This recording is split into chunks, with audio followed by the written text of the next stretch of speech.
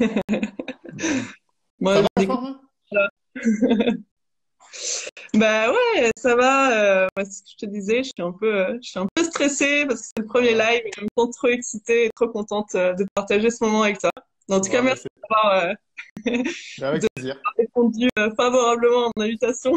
Avec plaisir, avec plaisir. Ça fait bizarre pour moi aussi. Je me retrouve de l'autre côté. Je suis en bas de l'écran et ben, du coup, aujourd'hui, c'est moi qui réponds. Donc, ça me fait plaisir aussi. Ouais, trop cool. Bon, on attend encore quelques minutes qu'il y ait des gens qui se connectent ou tu veux démarrer maintenant? Bon, bah, écoute, on peut commencer. Après, de toute façon, avec le replay, les gens pourront récupérer le train en marche s'ils veulent. Ok. Bon, bah allez, commençons alors. Allez. Bah, écoute, à... est-ce que tu peux te présenter à nous Ouais, pour ben, pas de souci.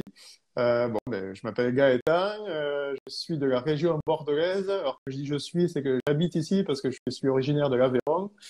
Ok. Ben, comme vous vous en doutez, la passion qui nous ramène ici, c'est celle du vélo, du voyage à vélo, que je pratique depuis pas mal d'années maintenant. Voilà, je travaille dans les travaux publics. Ah, Et puis, ben, voilà, après, je suis ravi de participer à ce live. J'espère que je pourrai répondre à toutes vos questions. Si vous en avez, n'hésitez pas à les marquer en commentaire et peut-être qu'à la fin, on prendra un petit moment pour y répondre. c'est prévu. Mais c'est trop drôle parce que moi aussi, je travaille dans les TP. Enfin, je travaille dans les TP. Ouais, Et bah écoute, moi pour me présenter aussi très rapidement, moi j'ai décidé de monter la marque qui s'appelle Biclo et qui est où je conçois et développe des équipements malins et éco-responsables pour ouais, faciliter les voyages à vélo. ben, Voilà, top. très rapidement. Alors la première question, alors du coup tu vas passer sur le grill comme tu dis. Ben ouais. Et la première question c'est comment tu t'es dit, à quel moment tu t'es dit bah tiens je vais démarrer, je vais faire mon premier voyage à vélo. Comment t'es venue cette idée-là? Ouais, ben en fait, le vélo, enfin, j'ai toujours fait du vélo depuis tout petit. Je pense que c'est peut-être le sport parmi tous ceux que j'ai pratiqué, que j'ai eu comment dire, l'occasion de faire le plus souvent. Dès que j'avais un moment, je sortais avec mon vélo. Tu vois, je pense que mon premier voyage à vélo, j'ai dû le faire au collège. C'était une sortie qui était organisée, tu vois, avec un prof. Et on était, je sais pas, peut-être 7 ou 8 personnes. Ben, c'était dans le Tarn, là où j'habitais à l'époque. Et on était parti, tu vois, on était parti 3 jours. On avait fait 5 kilomètres, tu vois, en 3 jours en VTT. Donc, c'était pas énorme. Mais bon, au collège, je sais pas, on devait avoir 12 ou 13 ans. Donc, ouais, 5 kilomètres. Tu vois, on a tous pris notre tente. Et j'avais l'impression qu'on avait fait un truc de dingue, quoi. Alors qu'au final, on était resté que autour de là où on habitait, mais enfin, voilà, c'était déjà l'aventure. Trop cool. Et du coup, est-ce que oui, donc tu n'avais pas forcément de crainte ou d'appréhension, c'était quelque chose qui est un peu inné, enfin, en tout cas que tu avais toujours eu envie Bon, de faire. inné, je sais pas, mais ouais, en fait, le vélo, ça m'a toujours plu. Comme j'habitais à la campagne, mais moi, j'ai toujours eu l'habitude d'être dehors, si tu veux, donc j'aime pas être enfermé. Être dans la nature, c'est quelque chose que j'apprécie. Tu vois, sentir les odeurs, être au milieu, enfin voilà, de la forêt, des champs. Et puis après, pareil, avec ma famille, quand on partait en vacances l'été, on faisait toujours du camping, donc, tu vois, camping plus vélo, ben, naturellement, ça a conduit à voyager au vélo, à combiner les deux. Puis je trouve que ça s'associe plutôt bien parce que ben, voyager à vélo, tu vois, voilà, c'est voyager simplement dans la nature et puis que ce soit en camping ou en bivouac, au final, je trouve que c'est un bon moyen ben, de s'héberger. Alors ça veut pas dire que c'est l'unique moyen de s'héberger, hein, le camping ou le bivouac, parce que tu vois, il m'arrive souvent aussi de dormir en gîte, en auberge, même en hôtel, hein, quand j'ai envie. Donc, Mhm. bah, tu vois, je voyage de plein de façons différentes. Mais du coup, après tes premiers longs voyages, tu as décidé de partir où? C'était quoi un peu Long voyage, alors tu sais, en fait, long voyage, j'ai pas fait de tour du monde ou de tour d'Europe. Les voyages que je fais, les plus longs, on va dire, c'est de l'ordre d'un mois et demi, hein, pas plus. Donc c'est pour ça que, si tu veux, il y a certaines personnes qui me prennent pour un grand voyageur. Non, non, mais pas du tout. Ouais. Alors je voyage peut-être plus régulièrement que certains, c'est vrai, mais je suis pas quelqu'un d'extraordinaire, au contraire. Et c'est un peu pour ça aussi, tu vois, que je fais cette chaîne YouTube, ce compte Instagram, c'est pour partager tout ça, pour montrer qu'en fait tout le monde est capable, hein. Moi, je suis quelqu'un de tout simple, donc si j'y arrive, vous pouvez y arriver aussi. Et alors, pour revenir à ta question, alors, n'hésite pas à me ramener sur la question de base parce que en parlant, tu vois, je me conduis tout seul vers d'autres sujets. Ta question, c'était les premiers voyages. Ouais, Je sais c'est ça. pas. En fait, au début, je voyageais pas avec des destinations très fixes, c'est-à-dire que j'allais pas faire, par exemple, un voyage sur la Loire à vélo ou sur. Toi, c'était vraiment pour pédaler pour pédaler. Je sais qu'ici, en Gironde, avec ma compagne, on avait fait oui, la Gironde, le tour de Gironde à vélo, toi, sur une semaine. Après, qu'est-ce que j'ai fait comme voyage en 2020, j'ai fait le tour du sud-ouest, enfin, un tour du sud-ouest, tu vois, en passant par toute la chaîne des Pyrénées. Et puis là, c'est vrai que j'ai pas mal accentué depuis ce voyage-là. J'en ai fait tout un tas, la vallée du Lot, tu vois, avec ma compagne, la Passapaï, la au vélo. Qu'est-ce que j'ai fait on a fait Amsterdam-Paris cet été. On a fait. Après, j'ai fait forcément le voyage sur le chemin de Compostelle à vélo, comme tu as pu le voir. Enfin, Ouais. bon, voilà, la scène à vélo, tu vois, c'est le dernier voyage que j'ai fait au début du mois de février. Bon, c'était pas dans des conditions bien terribles, mais en même temps, en hiver, il fallait s'attendre un peu à ça. Ouais, du coup, c'est cool parce que tu montres qu'il n'y a pas forcément que l'été, enfin, la saison d'été à laquelle on peut voyager à vélo, quoi. Toutes les saisons qu'on propose, c'est, Ouais, ouais, alors non seulement toutes les saisons sont propices, je sais pas, mais on peut pédaler à toutes les saisons. Après, il faut adapter forcément son équipement en fonction. Mais oui, on peut voyager tout le temps. Et puis surtout, ce que j'essaie de montrer, c'est qu'il n'y a pas besoin forcément de partir à l'autre bout du monde en fait, pour se sentir en voyage. Bah, tu vois, quand j'ai fait la passe à Paris à vélo, par exemple, je suis parti de chez mes parents à vélo et puis je suis allé reprendre le train à Béziers. Donc, tu vois, on peut partir en bas de chez soi et puis ouais, ouais. prendre du plaisir, tu vois. Rien que dans son département, je pense qu'on va tous redécouvrir des choses à côté desquelles on passe presque tous les jours sans pour autant s'y être arrêté. Donc, c'est top pour ça aussi. Non, bah, c'est clair. Moi, enfin, l'aventure à vélo, enfin, c'est au pas de sa porte, en fait. Ouais, Tu peux au pas de ta porte, tu peux découvrir des super trucs à côté de chez toi, quoi. ouais, Il y a c'est pas clair. besoin. Et puis, surtout quand t'as pas l'habitude ou que tu sais pas si ça va te plaire, avant de partir hyper loin, mais tu vois, tu prends ton vélo sur un samedi, un dimanche ou un week-end même, et puis bah, déjà, ça te permet de tester, voir si ça te plaît, tu vois. Ouais, carrément. Mais du coup, c'est trop cool que tu nous parles un peu de tes voyages. Ça me fait une transition parfaite pour démarrer sur Saint-Jacques-de-Compostelle. Ah oui, ouais. Bon, moi, je te l'ai dit tout à l'heure, mais moi, j'adore Saint-Jacques. Enfin, je trouve que c'est un chemin qui est très, très chouette. Et je voulais savoir pourquoi tu as choisi Saint-Jacques. Parce que, bon, c'est vrai qu'on dit que Saint-Jacques-de-Compostelle, c'est un chemin un peu, avec quelque chose, un Hmm. peu de magique, quoi. Et du coup, je voulais savoir pourquoi t'avais Ah, ah. euh, Bonne entrepris. question. Bonne question. C'est vrai qu'en fait, maintenant que j'ai parcouru, en fait, j'ai beaucoup plus de réponses qu'au départ parce que, en fait, au départ, pour moi, je ne savais pas trop dans quoi je m'engageais parce que pour moi, le chemin de Compostelle, c'était un chemin qui était fait pour les marcheurs, un chemin à pied. Et Mm. c'était surtout un chemin qui avait une connotation religieuse. Moi, je me suis dit au départ, c'est pas forcément le but de mon voyage. Est-ce que ça va me convenir? Bon, au final, oui. Et pourquoi ce chemin? Ben, comme je t'ai dit tout à l'heure, en fait, je suis originaire de l'Aveyron. Et en fait, le chemin, en fait, une des voies de ce chemin passe dans l'Aveyron. Donc, en fait, je n'ai un chemin, si tu veux, une variante qui passe à moins de 10 km de la maison de mes parents. Donc, c'est quelque chose que j'ai toujours entendu parler de ces pèlerins et je me suis jamais trop intéressé à ça. Je savais pas trop à quoi ça correspondait. Donc là, c'est vrai que là, il y a 2 ans, l'oncle à ma compagne, elle a fait à pied. Donc, on en avait parlé. Et puis, ben, tu vois, quand est venu le moment de me décider sur le prochain itinéraire, je me suis dit, bah ouais, pourquoi pas faire ça. C'est vrai que ça permet de faire un voyage. J'avais un peu de temps, donc c'était suffisamment long. Ça variait les plaisirs, puisqu'il y avait différentes catégories de paysages. Tu vois, je passais en France, en Espagne. Bon, c'était sympa. Je me suis bien régalé, en tout cas. Ça avait l'air, ouais. J'ai regardé les vidéos. Ah ouais.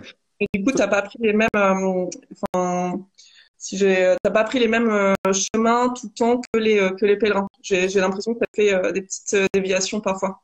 Ouais, ouais, alors souvent même, parce qu'en France, en fait, le GR65, c'est-à-dire le chemin de randonnée, en fait, pour les marcheurs, il est vraiment adapté aux marcheurs, c'est vraiment un chemin pour les piétons, et c'est pas du tout adapté au vélo. En fait, dès le Puy-en-Velay, si tu veux, je m'étais dit, allez, bon, on va se le tenter, je vais passer par le chemin, et en fait, ça s'est rapidement transformé en galère, c'est-à-dire que le chemin, souvent, enfin, parfois, parfois il est large, il est carrossable, mais souvent ça se transforme en un sentier en fait. Donc c'est souvent que le chemin est moins large que le vélo avec les sacoches. Et en fait, avec le dénivelé, l'état du chemin, moi, c'était pas très, enfin, pas très agréable. Je sais pas si c'est le mot, mais je trouvais que c'était galère, en fait. Donc, du coup, je suis souvent passé par la route, mais sans être très loin, en fait, du sentier des marcheurs, parce que je les apercevais à côté. Et puis, au final, le chemin, il passe par différents hameaux, par différents villages. Et en fait, ben, moi, j'ai essayé de relier ces différents points pour jamais trop m'éloigner de la trace originale. Même si, en fait, tu vois, il y en a certains qui me disaient, oh, ça n'a pas trop de sens de faire ça. Je leur disais, écoutez-moi, en fait, je m'en fous, je suis content de faire comme ça. Et puis, si le Mm. chemin part à droite et que moi j'ai envie de partir à gauche, au final, je vais partir à gauche parce que j'ai envie de faire quelque chose qui me plaît. Tu vois, c'était pas le but d'être un extrémiste à vouloir suivre précisément, rigoureusement le chemin. Et d'ailleurs, ça me fait rire, ça, parce que c'est ce que je raconte toujours, c'est que quand tu passes le col de Roncevaux en Espagne, en Mm. fait, le chemin historique, c'est le chemin de vélo, c'est la route, en fait. D'accord. Le sentier que prennent les marcheurs, c'était quelque chose qui a été adapté et fait pour les marcheurs, quoi. Tu vois, c'est marrant. Et du coup, en Espagne, pour poursuivre ta question, là, ça s'est inversé. C'est-à-dire qu'en France, j'ai été, je pense, ça serait intéressant que je fasse le calcul, mais je pense que j'étais à peu près 80% du temps sur la route, tu vois, et donc Ouais. très peu sur les chemins. En Espagne, ça s'est inversé, c'est-à-dire que le Camino français, puisque c'est ce que j'ai suivi, ben, en fait, il est beaucoup plus adapté au vélo. Il est souvent assez large. Parfois, il est un peu chaotique, mais c'est rarement sur des très longs tronçons. Donc, du coup, en Espagne, je pense que c'est l'inverse. Tu vois, j'ai été à 80-90% du temps même sur le chemin des marcheurs. Donc, c'est vrai que c'est sympa parce que ben, du coup, tu les côtoies. Bon, évidemment, il faut faire attention à eux aussi, puisqu'on est sur le même sentier. Mais ouais, c'est sympa. Du coup, tu es à l'écart des voitures, tu vois plein de trucs différents aussi. Donc, ouais, c'était assez sympa de mixer les deux parties, tu vois, France et Espagne. Du coup, elles se complètent bien. Ok. Du coup, techniquement, tu as trouvé ça compliqué ou pas? Alors, techniquement, par rapport à la difficulté, tu parles par Ouais. rapport à... Ouais, carrément. Ben, alors, moi, je suis assez habitué, si tu veux, à pédaler. Donc, je pense pas faire des très grosses journées. Parce qu'en plus, je m'arrête très souvent pour filmer, hein, pour faire les vidéos. Ouais. Donc, moi, j'ai pas trouvé ça très compliqué. Alors, c'est un peu paradoxal parce qu'en fait, il y a 21 millimètres de dénivelé sur le chemin que j'ai fait. Donc, ça paraît assez élevé, tu vois. C'est comparativement autour du sud-ouest où j'ai traversé tous les Pyrénées à d'est en ouest, où j'avais fait, je crois, 19 millimètres de dénivelé. Et là, par contre, j'avais tous les cols. J'avais passé 19 cols, donc je m'étais dit, ah ouais, mais ça va être encore plus que ça. Et j'ai pas eu cette impression-là de difficulté. C'est-à-dire que difficulté, en fait, il y en avait, ouais, j'allais dire trois, mais il y en a deux principales qui sont en Espagne, en fait, qui sont le Puerto de Fontebadón, c'est le point culminant du chemin de Compostelle, 1500 et quelques mètres. Et juste après, il y a la montée vers Ocebrero, c'est l'entrée en Galice, en fait, où là, c'est vraiment, pour moi, ce qui a été le passage le plus dur, avec des pentes à 10-12%, mais sur de nombreux kilomètres, donc c'était assez costaud. Ah oui, Mais d'accord. ouais, là, c'était un peu chaud. Mais après, sinon, en fait, le dénivelé, il est assez régulier. C'est-à-dire qu'au début, par exemple, au départ du Puy-en-Velay, comme tu es dans le contrefort du Massif central, ben, en fait, ça fait que monter et descendre tout le temps. Tout le temps au final, tu fais des journées avec des 800, 900, 1000 mètres de D+. Et du coup, ben, tu vois, sur un mois, ça se fait bien. Moi, j'ai pas trouvé ça hyper fatigant, hyper compliqué. La fatigue, forcément, ça installe au fur et à mesure, hein, des jours. C'est un effort d'endurance, hein, le voyage à vélo. Donc, Ouais, mais après, je trouve que tu sais, ton corps, il s'habitue quand même pas mal, quoi. ouais, ah, Enfin, mais complètement. Complètement, il s'habitue à l'effort. Et puis, de toute façon, quand tu voyages à vélo comme ça, enfin, c'est pas la performance sportive que je recherche, c'est plus pour le plaisir. Donc, il faut que ça reste un bon moment, hein. tu parcours combien de kilomètres par jour? Euh, Là, sur ce voyage-là, en moyenne, j'ai fait 80, puisque du coup, j'ai fait 2000 km sur 25 jours. Donc, la moyenne, tu vois, c'est 80. Mais c'est variable. Je crois que la plus petite étape, elle a dû faire 60, tu vois, ou 65. Et la plus grosse, j'ai dû faire 110, 112. Ok, ouais. Donc, Donc, bon, mais après, bon, ça dépend, en fait, ça dépend des étapes, ça dépend du dénivelé, ça dépend de l'état du chemin. Bon, il y a plein de paramètres qui entrent en jeu, mais franchement, celui qui veut le faire en moins de temps, c'est possible, hein. Ouais. Ok. Et toi, Tu du dors coup, où? Tu l'as fait, du coup, ce chemin, Ouais, est-ce que moi, tu... j'ai fait du Puy-en-Velay jusqu'à Figeac, traverser D'accord. le plateau de l'Aubrac. Ouais, moi, j'ai adoré. J'ai Ouais. adoré À pied ou avec vous? à pied, ouais. À pied? Non, pas à vélo, mais parce que j'avais d'autres. Je voulais prendre plus mon temps. Ouais. Ben, écoute, peut-être plus tard. Ouais, certainement, ouais. Et du coup, tu dormais où, toi, le soir? Alors là, j'ai dormi dans les auberges, dans les gîtes pour pèlerins. En fait, pendant ces voyages estivaux, en principe, je prends la tente et tout le matériel de camping, parce que j'aime bien faire du bivouac ou camper même, dans des campings. Mais là, donc, à ma En- compagne qui avait fait... pardon? Dans le camping ou en camping sauvage? Ça dépend, en principe, les deux, tu vois, pas trop de règles. Mais là, en fait, comme le gars qui m'accompagne l'avait fait il y a 2 ans, il m'a dit non, mais là, c'est trop dommage. Sur ce chemin, il te faut forcément aller dans les auberges pour pèlerins. C'est inévitable. Enfin, inévitable, tu peux faire autrement, mais je te le conseille parce que tu vas faire plein de rencontres et en effet, c'est incroyable. Je regrette pas du tout et au contraire, tu vois, quand on me pose la question, je dis, mais oui, mais là, enfin, moi, si ça tient qu'à moi, effectivement, pour ce chemin de Compostelle, je reste la tente à la maison et puis je vais dans les auberges parce que comme tu es tout seul déjà la journée sur ton vélo, ben, en fait, quand tu es dans les auberges pour pèlerins, c'est presque un des seuls moments de la journée où tu rencontres du monde et c'est des moments de partage incroyables. Je me rappelle de repas pris en commun, ben, ce que tu as dû vivre certainement. Enfin, c'est hyper enrichissant. Moi, je m'en rappelle encore, quoi. C'était top. Ouais. Même s'il y a quelques petits inconvénients, mais bon, on peut pas tout avoir. Ouais. Tu as fait des rencontres que tu pourrais nous parler? Bon, moi, je sais que j'ai fait des rencontres de dingue. Du coup, je voulais savoir si c'était un peu ton cas aussi.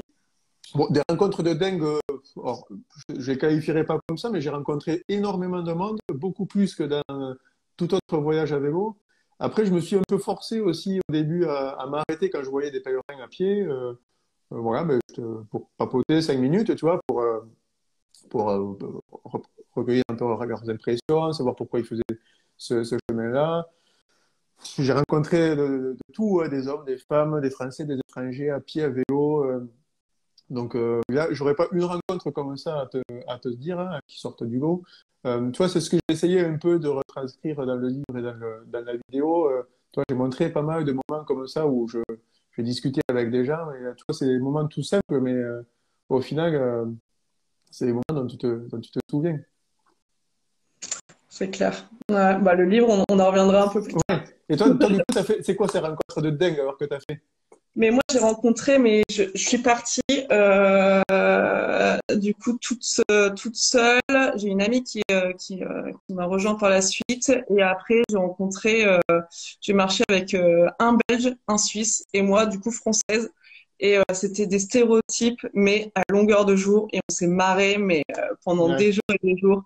T'avais le Suisse qui avait mis sa feuille avec tout fluoté, les contacts, enfin, un truc hyper carré. Il pouvait pas se perdre, il avait la trace. Enfin, Ouais. c'était vraiment le Suisse, Ouais. quoi, carré. Préparé. Qui faisait des blagues à longueur de journée. Enfin, vraiment tout dans le stéréotype. Et je me suis marrée avec eux. Ah bah ouais, j'imagine. Non, mais c'est top, ouais. C'est top de Ouais, rencontrer du monde. En plus, après, ouais, comme vous, en étant à pied, en plus, vous avez le même rythme. Donc, du coup, même si vous perdez ou vous séparez dans la journée, mais vous allez vous retrouver au village, aux étapes le soir. Donc, c'est top, ça. ouais, c'est ça. Le Suisse avait même pris, et je me rappelle de choses maintenant, il avait même pris des cours de marche. Les Tu cours vois de marche, comment ouais. quelqu'un était préparé. Ah ouais, là, il était hyper affûté, ouais. Ouais. Non, ouais. Après, j'avais rencontré aussi un Australien je sais pas, il m'avait pris en sympathie et il m'avait raconté toute sa vie, mais il lui arrivait que des trucs vraiment super tristes. Et Ouais. ou pareil, on avait fait un bout de chemin ensemble, on avait beaucoup parlé. Enfin, voilà, il s'était vachement confié. Mais du coup, ça prend aussi un peu au cœur, quoi. Oui. Non, mais c'est vrai que ces rencontres, elles ont vraiment, c'est vraiment indissociable, quoi, de ce chemin de Compostelle. Franchement, je te dis, c'est peut-être le voyage pendant lequel j'ai rencontré le plus de monde. Et ce qui est sympa, alors c'est vrai que là, tu peux en parler des marcheurs, du fait que vous avez le même rythme, et un vélo, c'est un peu ce qu'on peut, pas reprocher, mais mettre en avant, c'est-à-dire qu'en France, du coup, il n'y a pas beaucoup de vélos. En tout cas, quand j'ai été, je n'ai pas croisé beaucoup, et du coup, tu, les gens que tu croises le soir aux auberges, ben, c'est la seule fois où tu les vois, en fait. C'est-à-dire que le lendemain matin, quand tu t'en vas, ben, tu leur dis au revoir et tu sais que tu vas pas les recroiser. Donc, forcément, la relation ne se crée pas de la même façon que quand vous vous recroisez.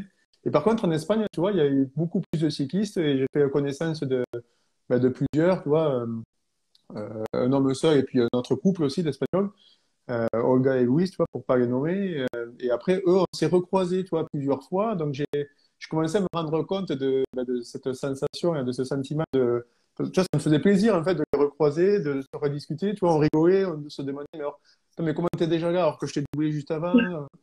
Bon, c'est des trucs tout bêtes, en fait, mais quand tu es dans ce voyage, ces moments-là, en fait, même s'ils sont simples, ben, au final, c'est des moments qui sont quand même forts. Ouais, je suis C'est- complètement d'accord avec toi. Et du coup, l'arrivée à Saint-Jacques, alors c'était comment? Ben, alors, je vais peut-être te décevoir parce que, en fait, tout le monde. Alors, je pense que les marcheurs ont une autre attente de Saint-Jacques parce que, comme ils ont cheminé pendant beaucoup plus longtemps que moi, c'est vraiment, on va dire, une fin en apothéose. Moi, au final, Santiago, c'était pas le terme de mon voyage. Et quand j'y suis arrivé, en fait, j'étais très mitigé parce que il y avait énormément de monde. Et du coup, d'avoir été seul aussi longtemps situé sur mon vélo, tu retrouves la ville, donc le bruit des voitures, beaucoup de bruit ambiant. Quand tu arrives sur la plaza, là, au Bradorio, tout le monde qui fête son arrivée, qui crie, qui saute, qui chante. Toi, je me sentais pas hyper à l'aise à cet endroit-là. Alors, bien sûr, j'étais content d'arriver là, c'est une sacrée étape. Mais en fait, tu vois, j'étais plus content d'arriver à Fisterra, tu vois, au kilomètre zéro. Ça m'a fait plus d'effet que d'arriver à Santiago. Mais bon, après, je pense que ceux qui ont des convictions religieuses peut-être plus prononcées que les miennes, ça leur fera peut-être un effet un peu plus fort, un peu plus poignant. Mais ouais, moi, tu vois, ça m'a pas. Bon, c'est pas ce que je retiendrai de mon voyage. Désolé. Ok, c'est pas grave. Et Mais après, bon, du coup, après, t'as continué après Saint-Jacques, je crois. ouais, c'est ça. À Santiago, du coup, je suis allé jusqu'au kilomètre zéro à Fisterra. Alors, c'est pas très loin, hein, c'est qu'à une centaine de kilomètres. Et ensuite, je suis revenu à Santiago. Alors, pas par le même chemin. Je suis remonté par Muxía, qui est aussi le kilomètre zéro d'une autre voie. Et ensuite, je suis revenu à Santiago. C'est assez sympa, en fait. Si vous voulez le faire, je vous conseille d'y aller parce que Fisterra, en fait, on peut pas aller plus loin, hein.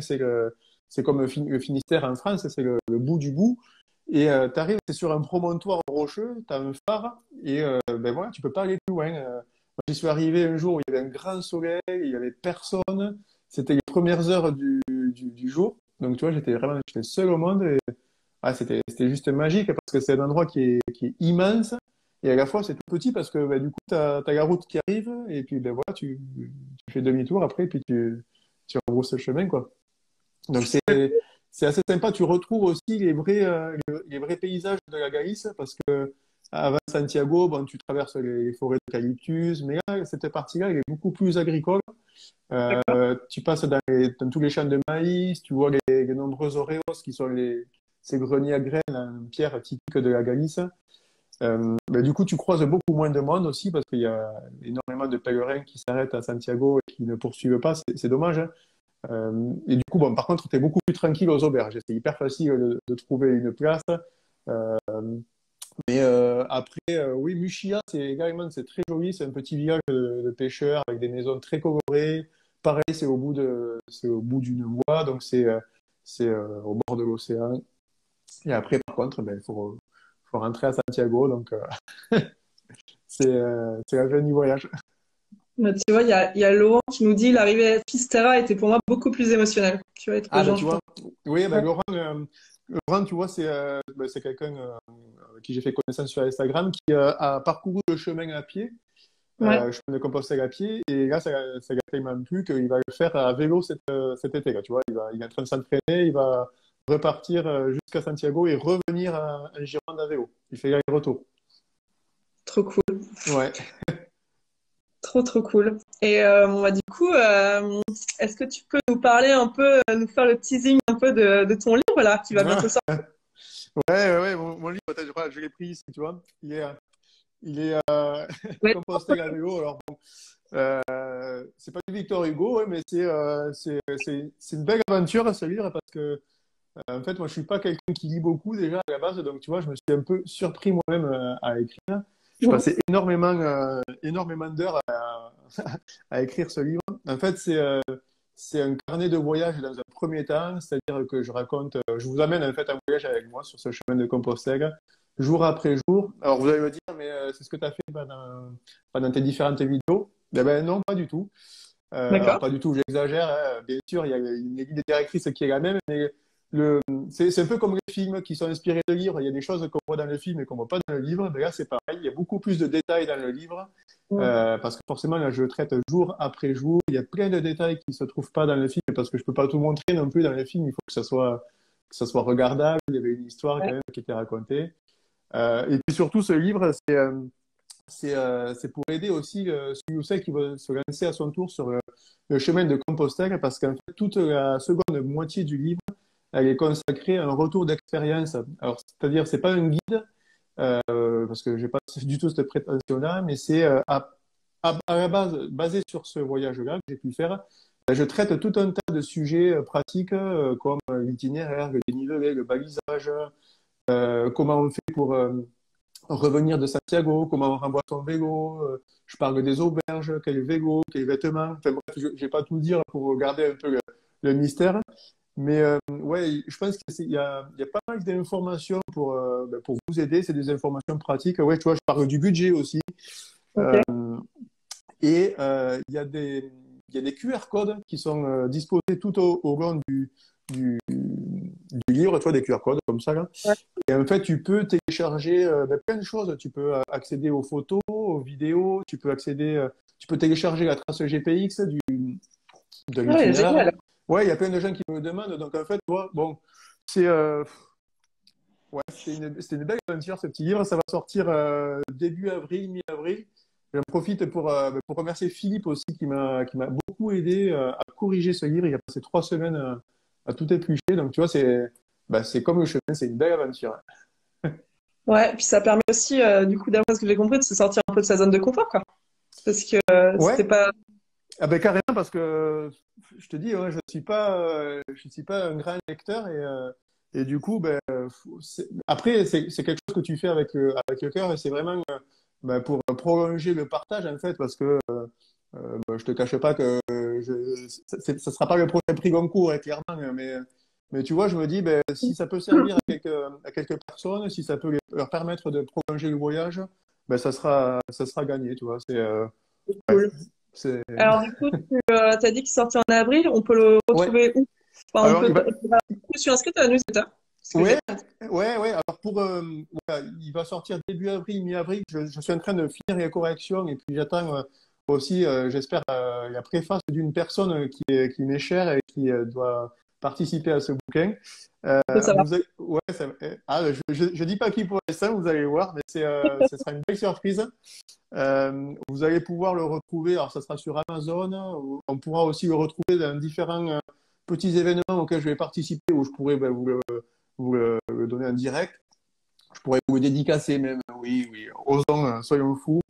Ouais, par contre, si vous voulez en profiter dès le lancement, parce que pour le lancement, du coup, je vais faire un petit tarif préférentiel, histoire d'en faire profiter ceux qui me suivent. Il y a un petit lien sur ma page Instagram. En gros, vous mettez votre nom, votre adresse mail, et comme ça, quand le livre sera publié, je vous enverrai un lien pour que vous puissiez accéder au prix préférentiel. Donc, restez connectés à ma page, je vous en dirai plus dans les prochains jours. T'as prévu un peu des soirées de dédicaces ou pas? Ouais, carrément. Je me suis noté ça. Alors ça, c'est pareil de sortir de sa zone de confort, mais c'est totalement ça cette année. C'est vraiment une année au Ginov. Je vais être à plusieurs endroits d'ici cet été. Le premier, ça va être chez Cycle et Manivelle à Bègles, c'est dans la Bague bordelaise, où il y a une soirée voyage à vélo, où ben, je vais parler un petit peu avec d'autres voyageurs de ce voyage de Compostelle. Après, je vais être au Musette Café à Bordeaux, pareil, pour une soirée plus centrée sur le livre. Début juin, je crois que c'est le week-end du 11-12, mais je remettrai la date quand il sera sûr. Là, on va faire carrément une projection du film au Café Vélo au bord du canal, suivi de rencontres, débats, échanges. Donc voilà, on pourra parler tous ensemble. Et puis je vais essayer d'organiser avec la mairie de la ville où j'habite, la mairie de Talence, une projection pareil, du film dans la région bordelaise. Donc ben, restez connectés, dès que j'en sais un peu plus, je vous dis ça. Et en tout cas, je serais ravi de vous rencontrer parce que pour l'instant, je connais beaucoup de monde par le biais de l'écran, par le biais d'Instagram, mais j'aimerais vraiment ben, franchir le pas et vous avoir en face. Hein. Trop, trop cool. Ouais, Bon, du coup, avant de passer aux questions, moi, j'ai 3 dernières questions à te poser. vas-y. Passer sur le grill.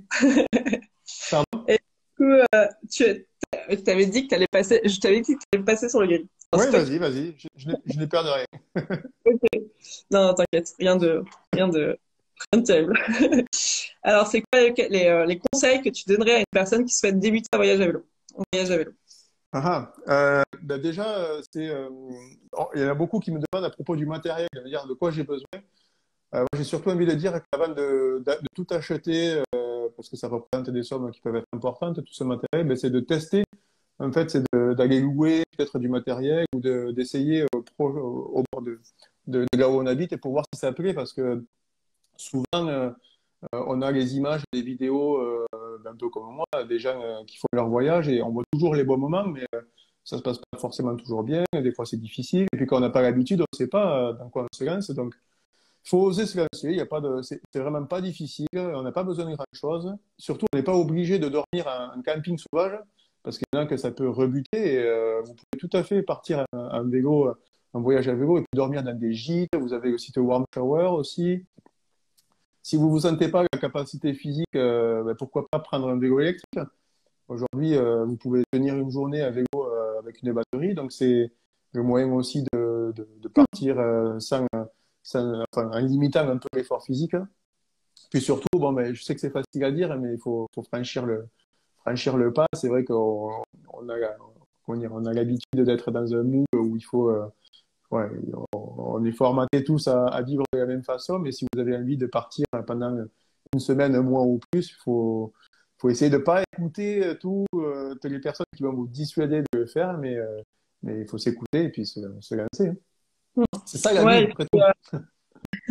ouais, et puis même avant de faire plusieurs semaines de voyage à vélo, on peut déjà tester sur un week-end, faire une petite micro-aventure à côté de chez soi, voir si ça nous plaît. Complètement. On loue un vélo électrique, comme tu disais, et puis voilà, on teste d'abord et après on peut s'engager sur plusieurs semaines. Mais c'est clair, et surtout, comme je te disais, tu n'es pas obligé de tout acheter de suite. Il y a plein de gens qui louent le matériel. Tu vois, ça me fait penser à Nicolas à Metz qui a fait un tour d'Europe et qui, lui, a monté sa petite boutique au bord d'un lac où il va louer tout le matériel pour faire un petit voyage à vélo, tu vois, les sacoches ou le vélo. Donc, ben, ça te permet de tester, si tu veux, sans avoir à tout débourser. Et au moins, tu vois si ça te plaît. Et comme tu dis, tu pars un jour, un week-end, et puis au moins, tu vois. Ouais, carrément. Je suis complètement d'accord avec toi. Alors, deuxième question, c'est est-ce que tu as un truc insolite à nous raconter qui t'est arrivé lors de ton voyage, d'un de tes voyages à vélo? Truc insolite. Hmm. Non, j'ai pas. Désolé, j'ai rien de croustillant à te donner. Mais Une en fait, galère, une panne, t'avais pas le matos pour réparer. non, non, non. Franchement, moi, ça s'est toujours très bien passé. Tu vois, c'est pour ça que non, j'ai pas eu de grosses galères, j'ai pas eu de trucs incroyables. Mais encore une fois, tu vois, il y a beaucoup de personnes qui me prennent pour ce que je ne suis pas, c'est-à-dire un grand voyageur. Je suis quelqu'un de très de banal en fait, hein, de tout à fait normal comme vous.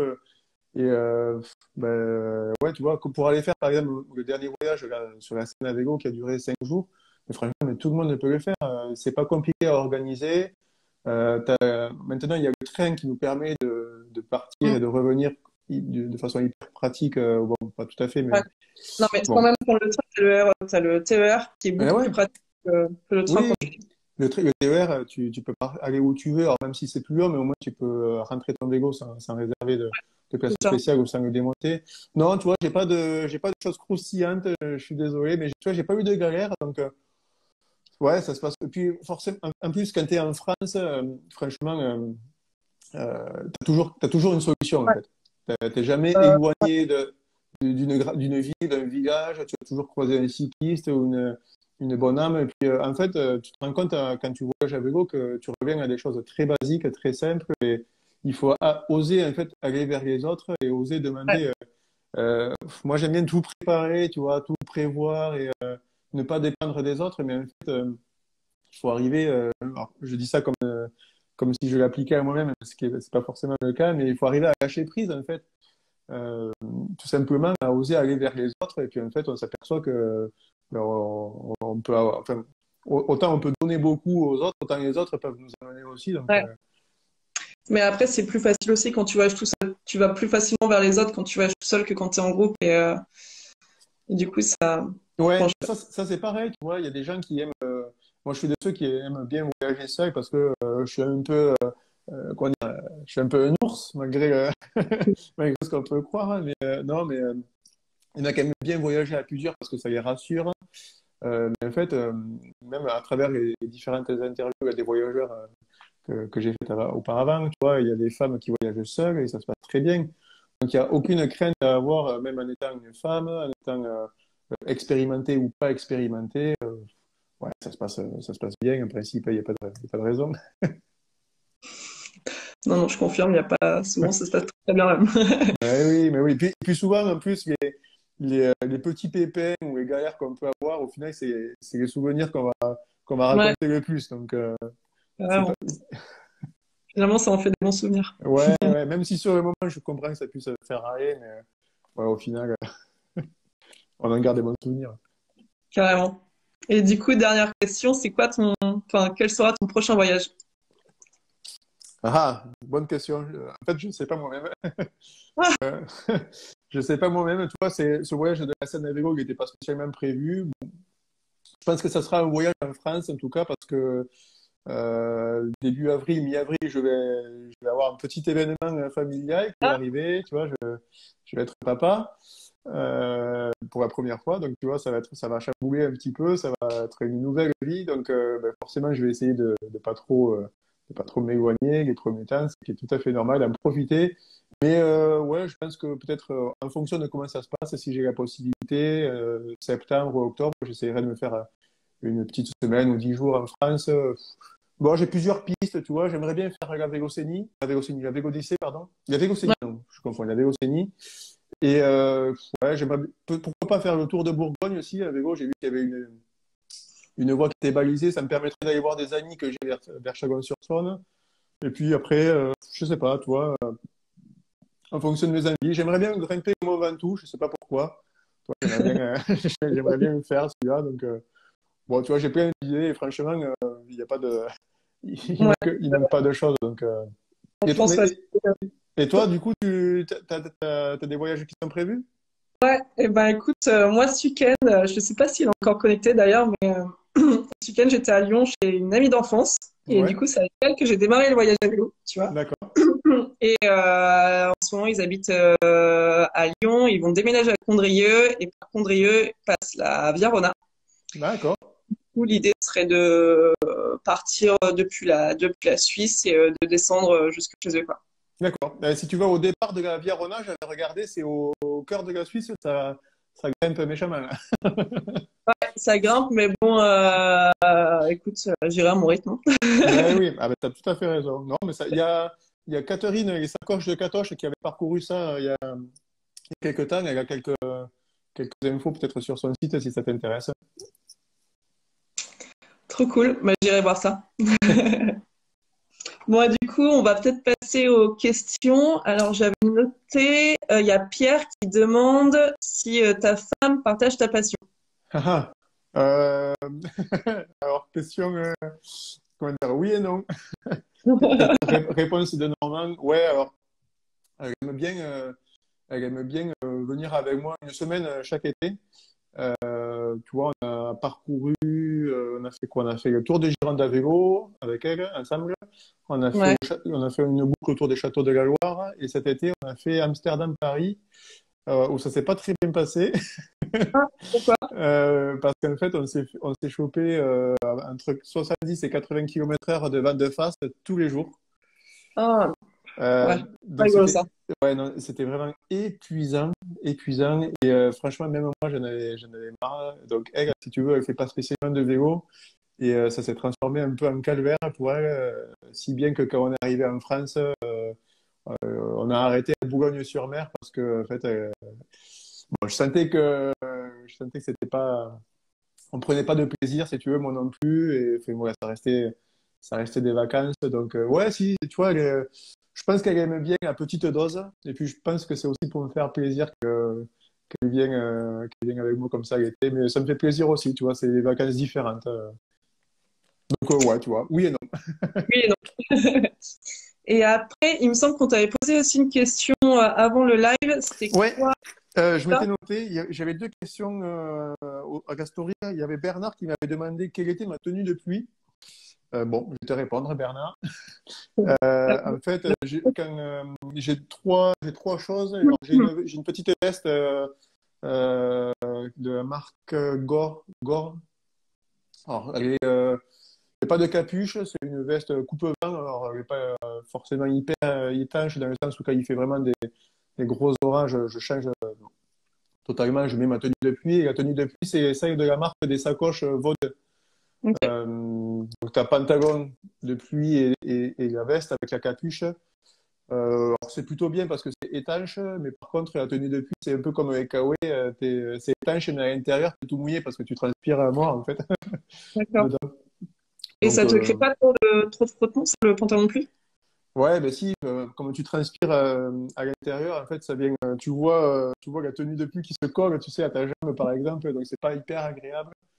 Bon, ça arrive pas forcément, mais il y a des moments où, quand tu transpires pas trop, bon, t'es quand même sec à l'intérieur. Le haut, t'es un peu plus sec, je trouve, c'est pas mal, mais bon, après, de toute façon, quand tu pédales sous la pluie, ouais, je sais pas s'il y a de remède miracle parce que ça rentre partout. Tu vois, à tel point que pour les chaussures, moi, j'ai abandonné, hein. J'ai abandonné les surchaussures et tout ça parce que ouais, je trouve pas ça hyper pratique. Donc au final, en principe, je prends des chaussures qui sont, c'est des chaussures d'été en fait, qui sont pas du tout imperméables, mais bon, de toute façon, mouillé pour mouiller, je continue et puis je me change dans la journée.